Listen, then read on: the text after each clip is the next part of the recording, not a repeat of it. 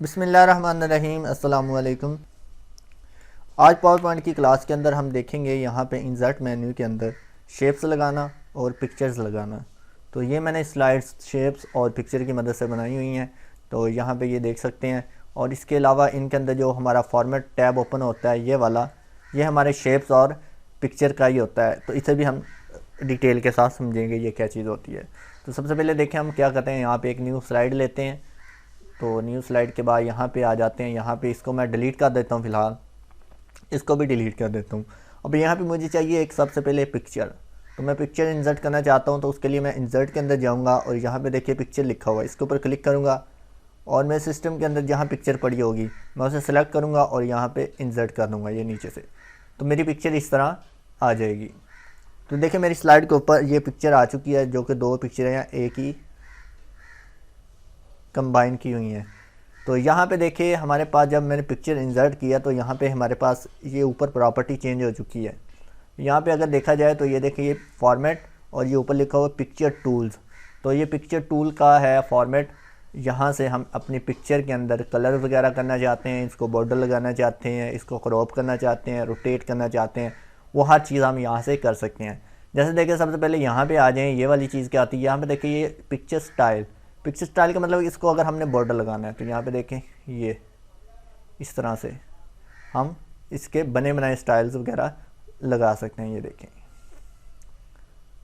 तो ये मेरे पास दो पिक्चरें हैं अभी, जो कि एक कंबाइन की हुई थी मैंने, इसलिए आपको ये दो लग रही हैं, लेकिन ये है असल में एक ही।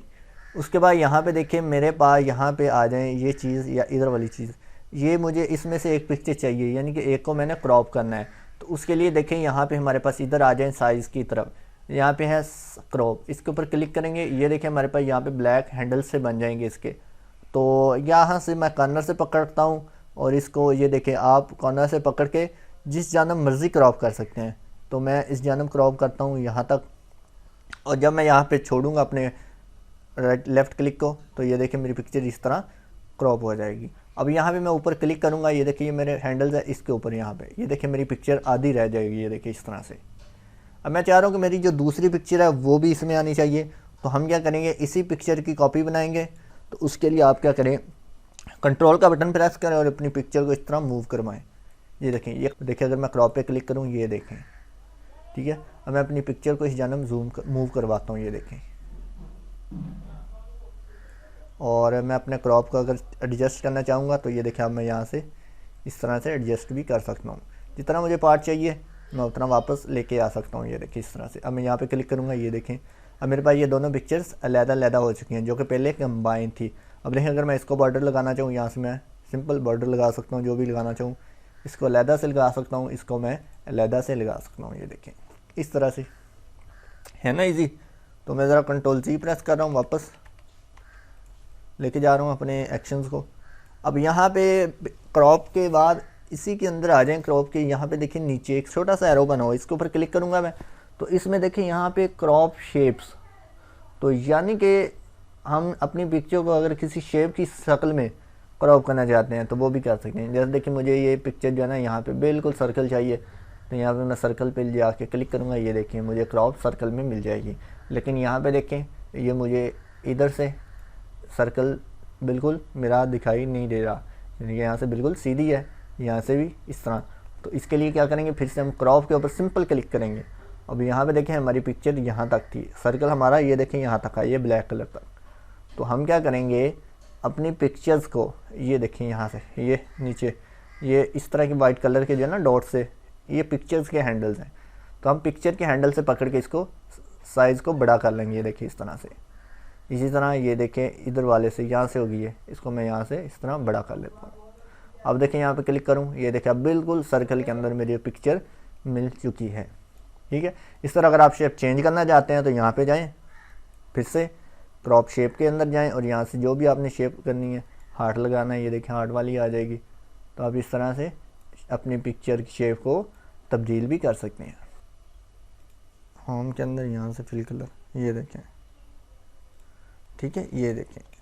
तो आप इस तरह से शेप्स के अंदर कलर भी कर सकते हैं। अब देखिए शेप के अंदर हमने अपनी पिक्चर को सेट करना है, यानी कि एक तो पूरा सर्कल नहीं है, दूसरा यहाँ से ये कुछ कट भी रहा है तो हम यहाँ पे क्लिक करेंगे और यहाँ पे एक्सपेक्ट रेशो पे जाएंगे और यहाँ से देखें हम रेशो इसकी इस तरह सेट कर देंगे। ये देखें जब से रेशो सेट हो जाएगी तब क्या करेंगे, हम क्रॉप के ऊपर क्लिक करेंगे और यहाँ से पकड़ के हम अपनी पिक्चर की साइज़ को कम कर लेंगे। ये देखिए इस तरह से, और जहाँ पे आपने एडजस्ट करना है वो आप इजीली कर सकते हैं। अब शेप का बॉर्डर आपने चेंज करना है, यहाँ से कर दें अगर कोई करना चाहते हैं, आप लगाना चाहते हैं वो चीज़, ठीक है। तो ये आई थिंक आपको समझ आ गई होगी शेप की कि इसको क्रॉप कैसे करना है और इसको लगाना है कैसे। अब नेक्स्ट आते हैं फॉर्मेट के अंदर, यहीं पे हमारे पास है इधर पिक्चर बॉर्डर, ये तो आपको पता चल गया। पिक्चर इफ़ेक्ट्स, तो इसमें देखें आपके पास यहाँ पे अगर आप शेडो लगाना चाहते हैं पिक्चर के वो आप लगा सकते हैं, बेवल करवाना है यानी कि 3D स्टाइल करवाने हैं वो आप यहाँ से करवा सकते हैं, सॉफ्ट ग्लो जिस तरह का भी आप चाह रहे हैं यहाँ से आप ये देखिए इस तरह की इफेक्ट वगैरह लगा सकते हैं। फ़र्ज़ करिए अगर आप इन इफेक्ट्स को ख़त्म करना चाहते हैं तो यहीं पे वापस आएँ और यहाँ पे प्रीसेट पे जाएं और इसके ऊपर क्लिक कर दें। हर इफेक्ट जो लगाया है उसको आपने ख़त्म करना है। फिर से यहाँ पे आएँ, ये देखिए अभी हमने ग्लो का लगाया है तो ग्लो वाले सेक्शन में जाएंगे, यहाँ से नो कर देंगे। फिर इसी तरह जो सॉफ्ट वाला है उसको भी नो कर देंगे। तो इस तरह से हमारे इफेक्ट ख़त्म हो जाएंगे। उसके बाद आ जाएं जी, इधर हमारे पास ऑप्शन है इफ़ेक्ट के अंदर और, तो मैं यहाँ से और पिक्चर को इंसर्ट करवाता हूँ। यहाँ पे आ जाए करेक्शन। करेक्शन के अंदर देखें आपकी पिक्चर अगर थोड़ी सी डल सी नज़र आ रही है या कलर शाइन नहीं है तो वो आप यहाँ से कलर्स वगैरह अपनी पिक्चर के सेट कर सकते हैं, ठीक है, करेक्शन के अंदर से। उसके बाद यहाँ से आप कलर्स वगैरह सेट करना चाहिए, ये देखें आप यहाँ से कलर्स वगैरह भी चेंज कर सकते हैं अपनी पिक्चर के। उसके बाद यहाँ से आ जाए रोटेशन। रोटेशन के अंदर क्या है, यहाँ पे देखिए आप अपनी पिक्चर को इस तरह से रोटेट करवा सकते हैं इजीली। उसके अलावा रोटेट करवाने का तरीका एक और होता है, यहाँ पे देखें ये चीज़, यहाँ से आप पकड़ें और अपनी पिक्चर को जहाँ पे आपने रोटेट करवाना है उस तरफ करवा सकते हैं। तो ये था जी पिक्चर को रोटेट करवाने का तरीका। अब एक चीज़ और मैं यहाँ पे आपको दिखाना चाहूँगा, इसके लिए मैं इस पिक्चर को कॉपी करता हूँ और अपनी स्लाइड के अंदर पेस्ट करता हूँ। इसमें यहाँ पे है जी हमारे पास रिमूव बैकग्राउंड। इसका क्या मतलब है, इसका मतलब ये होता है कि अगर आप अपनी शेप के पीछे से बैकग्राउंड रिमूव करना चाहते हैं तो वो आप कर सकते हैं। जैसे कि देखिए इसके पीछे अभी तो फ़िलहाल कोई बैकग्राउंड नहीं है, मैं ज़रा आपको यहाँ पे दिखा देता हूँ शेप लगा के, राइट क्लिक और ये इसको मैं सेंड टू बैक, ये देखें अभी कोई बैकग्राउंड नहीं है। तो मैं इंटरनेट से ऐसी पिक्चर डाउनलोड करता हूँ जिसके पीछे बैकग्राउंड भी हो। तो यहाँ पे मैं लिखता हूँ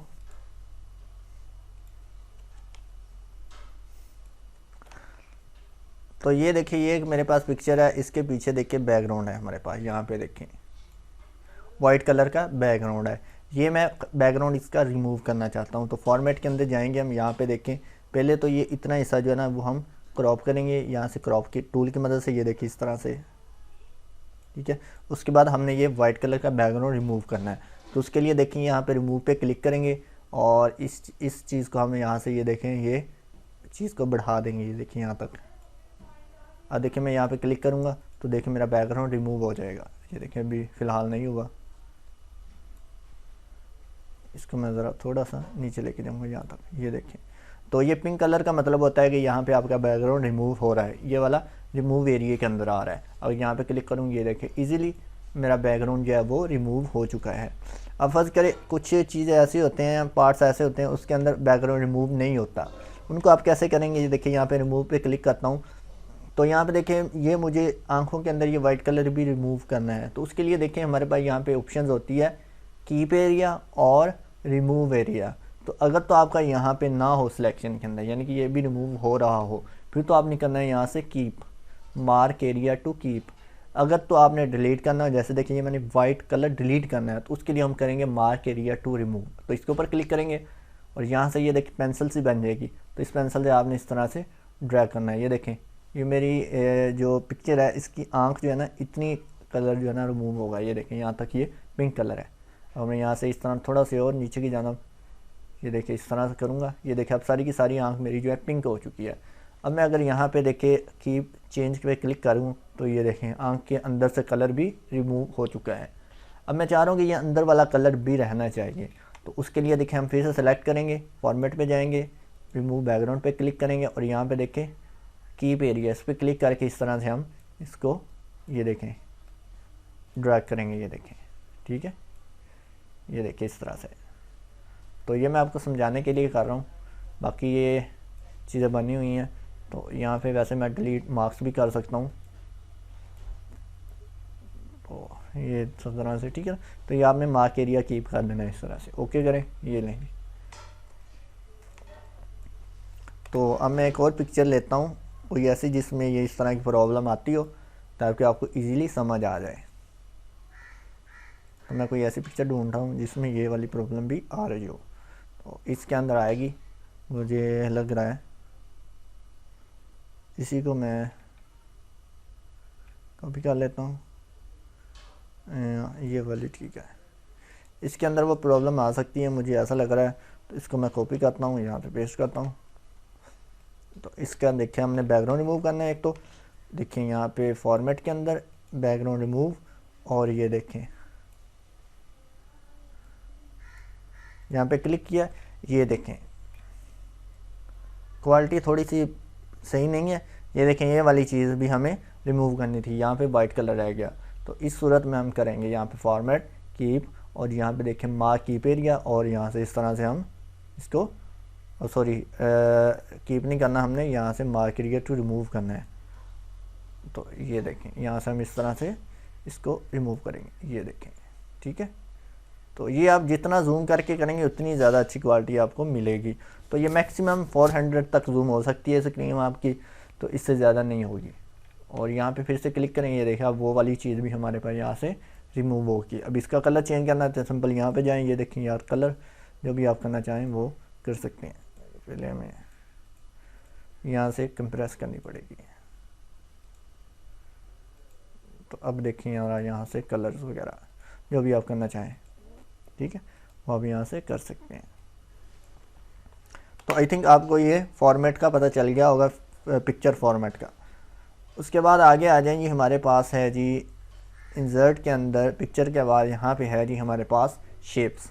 तो ये शेप्स जो है हमारे पास यहाँ पे होम के अंदर भी मौजूद है। ये देखें यहाँ से भी हम शेप्स वगैरह इंसर्ट कर सकते हैं, और यहाँ से अरेंज वगैरह भी कर सकते हैं। ये सारी चीज़ें ना, ये जो जितनी चीज़ें हैं, ये वाली arrange, quick style, fill format, shape outline और शेप्स फॉर्म इफ़ेक्ट्स, तो ये सारी की सारी फॉर्मेट की ऑप्शंस है जो कि इन्होंने यहाँ पे ड्राइंग के अंदर दे दी हैं।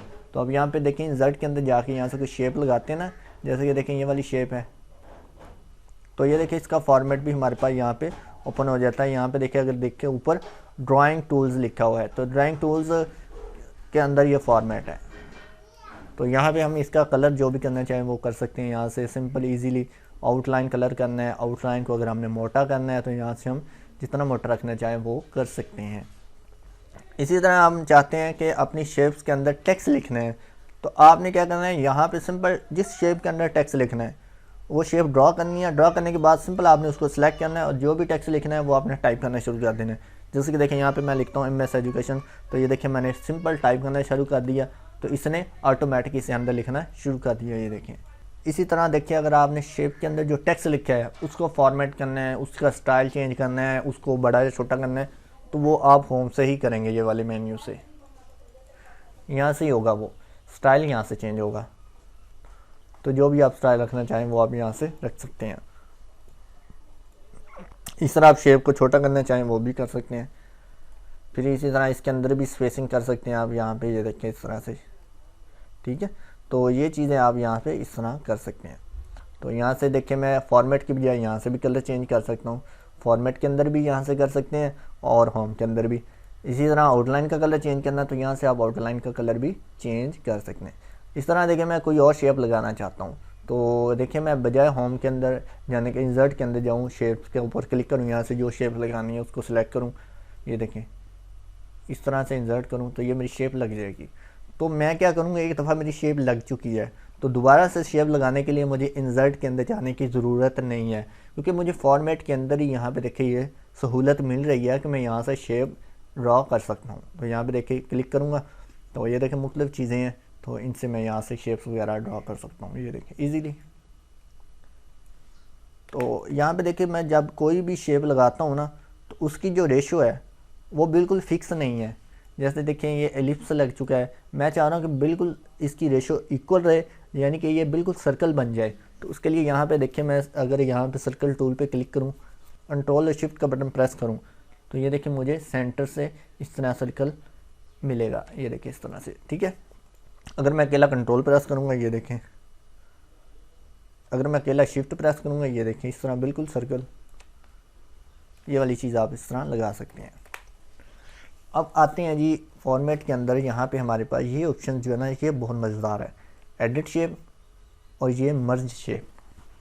एडिट शेप और मर्ज शेप का क्या फंक्शन होता है, अब मैं एक शेप लगा रहा हूँ यहाँ पे ये वाली, अब मैं चाह रहा हूँ कि इसकी ये जो लाइन है यानी कि यहाँ पे ये जो पॉइंट है ये नीचे की जानब जाना चाहिए और ये वाला ऊपर की जानब। तो इसके लिए मैं शेप एडिट शेप पे जब क्लिक करूँगा यहाँ पे देखिए एडिट शेप एडिट पॉइंट, तो यहाँ पे देखिए मेरे पास यहाँ पे शेप्स के ये देखें रेड कलर की लाइंस चारों जानब, और जहाँ जहाँ इसके पॉइंट है वहाँ पे ब्लैक कलर के ये देखिए इस तरह से पॉइंट लगे हुए हैं। अगर मैं अपना कर्सर उस पॉइंट्स के ऊपर लेके जाऊँ तो ये देखें यहाँ से मेरे कर्सर की जो शेप है वो चेंज हो रही है। अगर मैं यहाँ पे क्लिक करके इसको ऊपर की जानब लेके जाऊँ ये देखें मैं अपनी शेप की जो मूवमेंट यानी कि डिज़ाइन है उसको मैं चेंज कर सकता हूँ, ये देखिए इस तरह से इजीली आप इसी तरह किसी शेप के अंदर अपनी मर्ज़ी की शेप बनाना चाहते हैं, शेप को बिगाड़ना चाहते हैं वो इस तरह से बिगाड़ भी सकते हैं, कोई शेप बना भी सकते हैं। तो मैं एक और शेप लगाता हूँ, यहाँ से होम के अंदर से लगा लेता हूँ, ये देखिए इस तरह से। फॉर्मेट के अंदर जाऊँगा, यहाँ पे एडिट शेप पे क्लिक करूँगा और अब देखिए यहाँ पे तरह अब मैं चाह रहा हूँ कि मेरी जो शेप की ये जो लाइन है ये कर्वी सी होनी चाहिए, तो उसके लिए मैं यहाँ पे क्लिक करूँगा और यहाँ पे देखिए ये मेरे पास दो पॉइंट्स बने हुए हैं, इनको कहते हैं हम हैंडल्स। तो इस हैंडल से मैं अपनी शेप की ये देखिए इस तरह कर्व बना सकता हूँ। अगर मैं इसके ऊपर क्लिक करूँ ये देखिए मैं इससे इस तरह का कर्व बना सकता हूँ, या फिर मैं इस तरह का कर्व बना सकता हूँ, यहाँ से मैं इस तरह का कर्व बना सकता हूँ।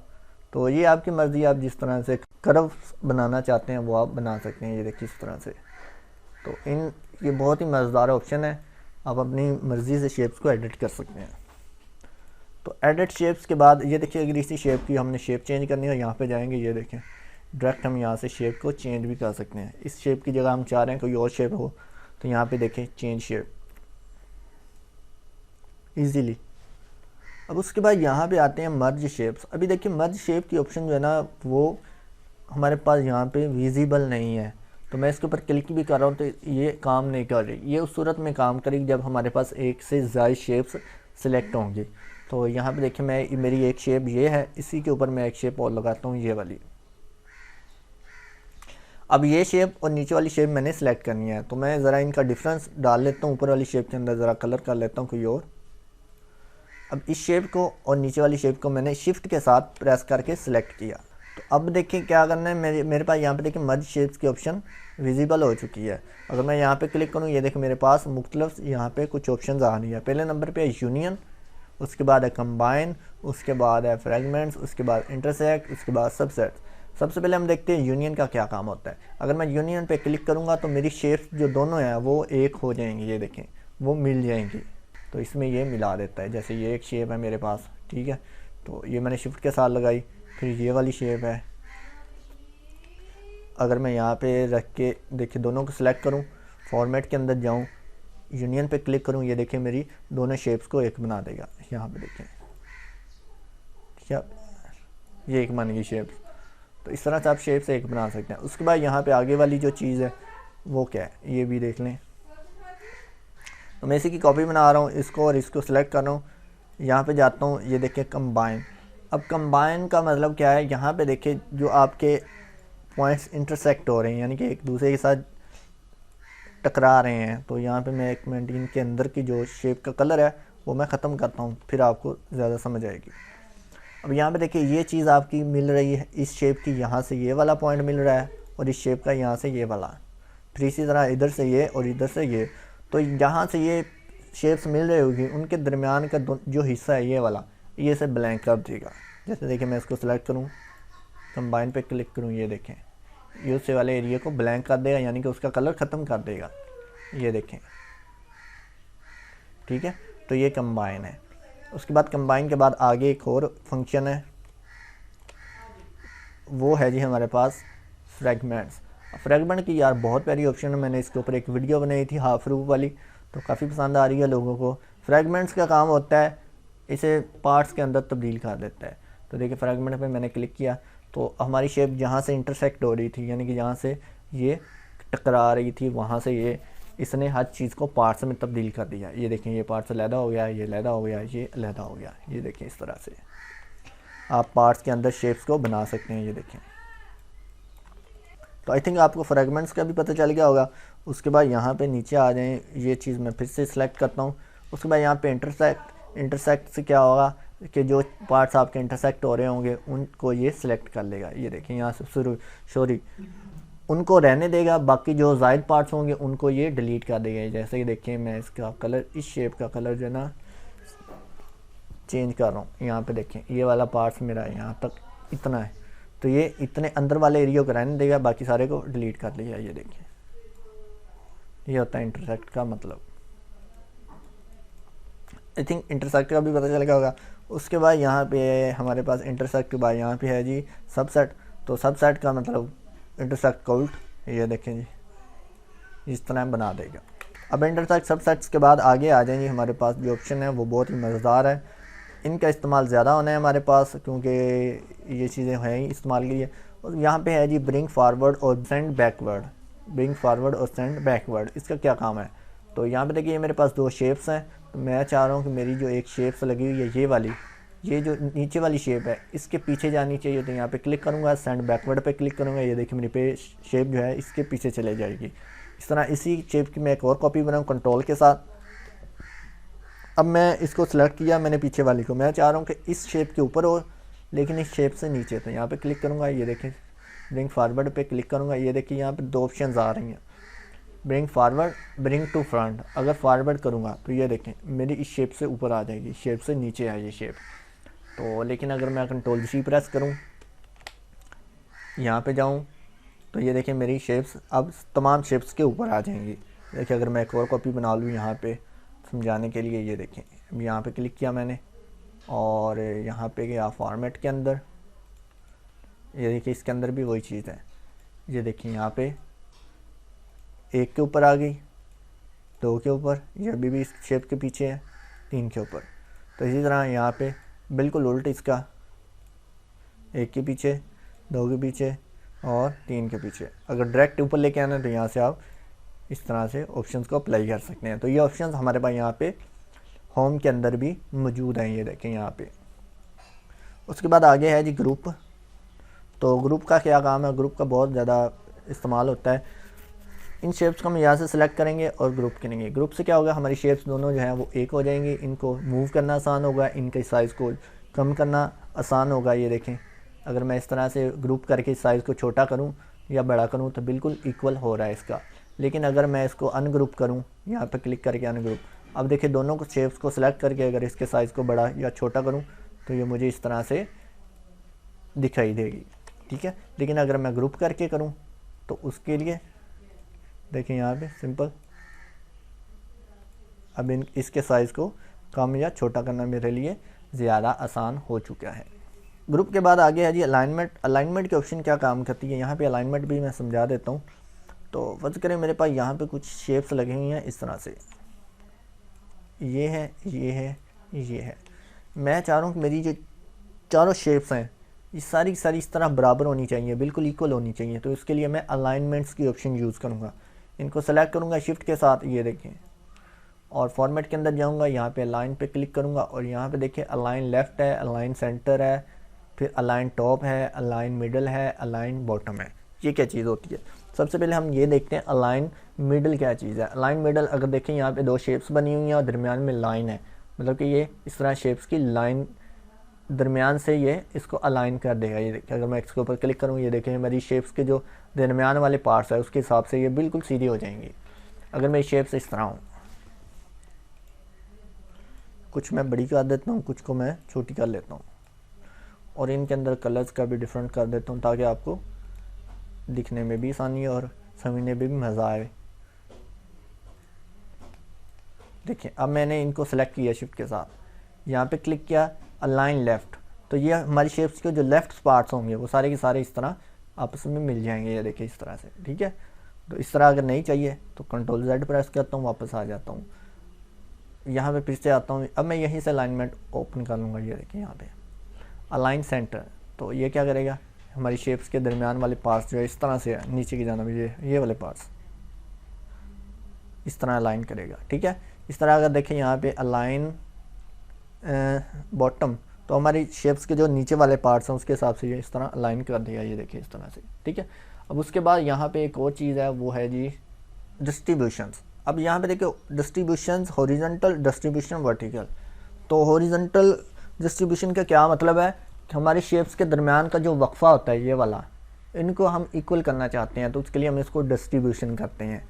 तो यहाँ पे देखें ये शेप और इस शेप के दरमियान ये वाला वक्फा ज़्यादा है, फिर इसी तरह इस शेप और इस शेप के दरमियान ये वक्फा उससे भी ज़्यादा है, इनके दरमियान कम है। मैं चाह रहा हूँ कि मेरी तमाम शेप्स के दरमियान जो वक्फा है वो बिल्कुल इक्वल होना चाहिए, तो उसके लिए हम करेंगे इसको डिस्ट्रीब्यूशन। तो इसके लिए मैं सेलेक्ट करता हूँ शिफ्ट प्रेस करके सभी को, फॉर्मेट, अलाइन, और यहाँ से डिस्ट्रीब्यूशन वर्टिकल। ये देखें अब इसने इनके दरमियान जो गैप है इक्वल कर दिया ऑटोमेटिक। इसी तरह ये हमारे पास नीचे की जानब भी शेप्स हों,